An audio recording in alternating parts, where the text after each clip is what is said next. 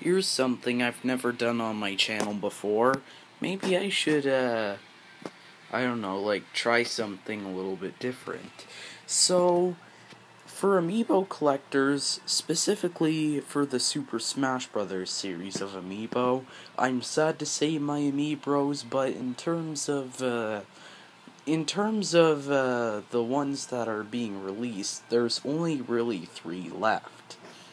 And those would be the last 3 characters that were added to Super Smash Bros.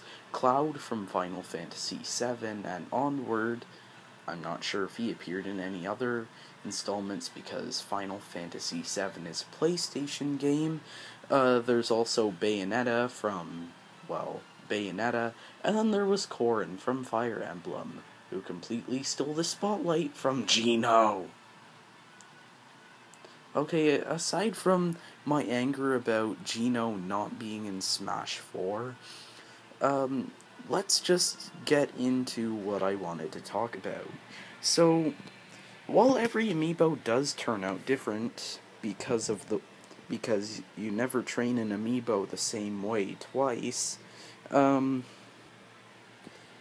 actually tier lists for amiibo, and they're based on consistency of how good a group of a certain figure's AI might be. So, amiibo are actually completely different from human players. While the metagame for tournaments with human players controlling the characters is more based on how good the character is with combos and speed, with the amiibo metagame, it's more so who's more powerful, which is why characters such as Bowser, King Dedede, Ganondorf, and Little Mac are at the top, and why characters such as Meta Knight, Yoshi, and Fox are at the other side, aka the bottom. So, I actually wanted to speculate what I believe the AI might be like.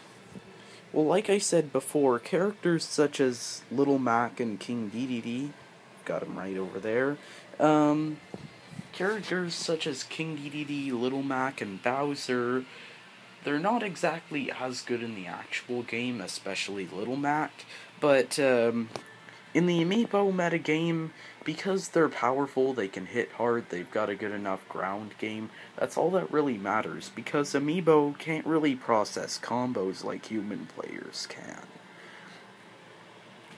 And like I said before, Meta Knight is at the complete bottom. So what does this mean for the last 3 amiibo that are going to be released?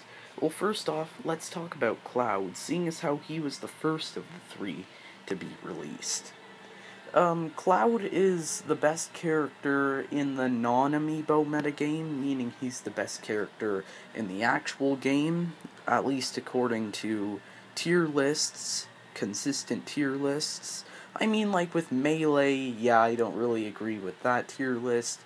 Brawl, meh, I find it somewhat agreeable. 64 and Smash 4, while some of my favorite characters aren't in places where I'd actually like to see them, for the most part, I can actually get an idea of why people put them there. And Cloud is no exception. Cloud's a fun character. But how would he translate into amiibo AI?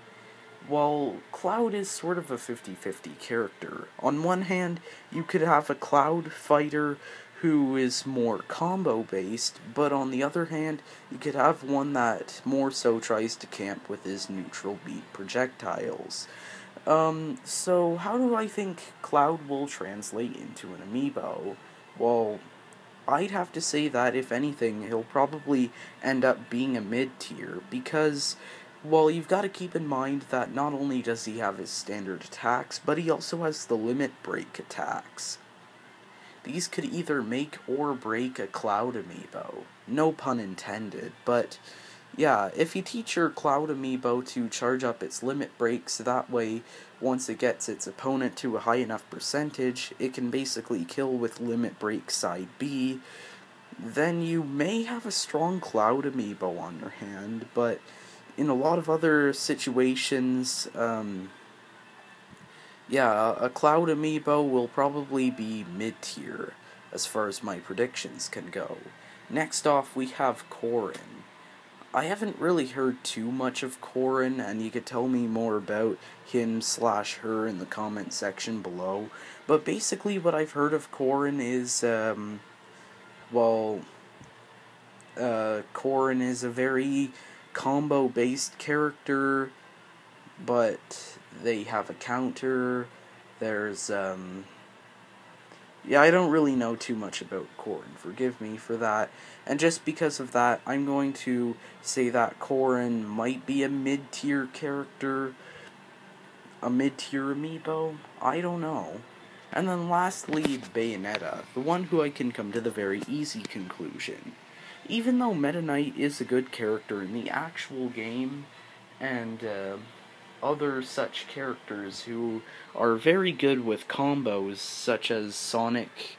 I'm trying to think of other combo-based characters.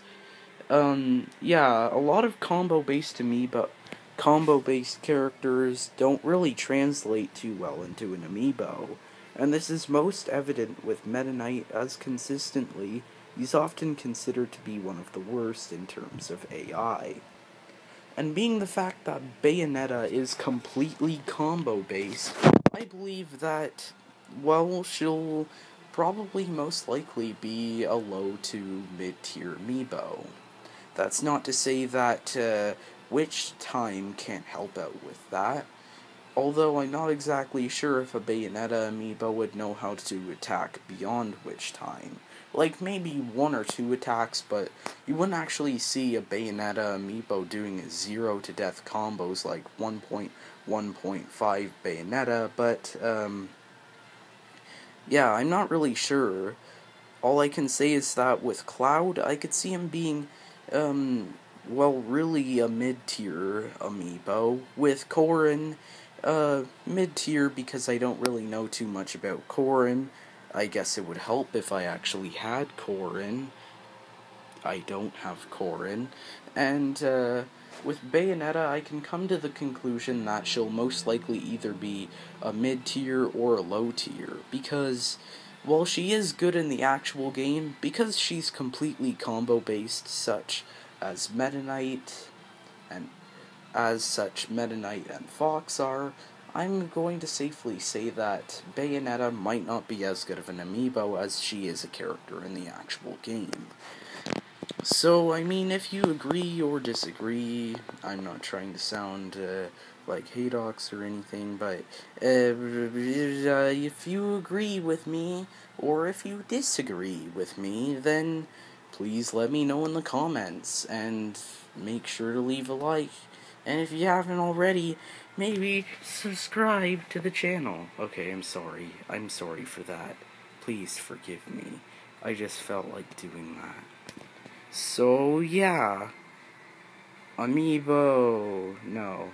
PkmariO signing out.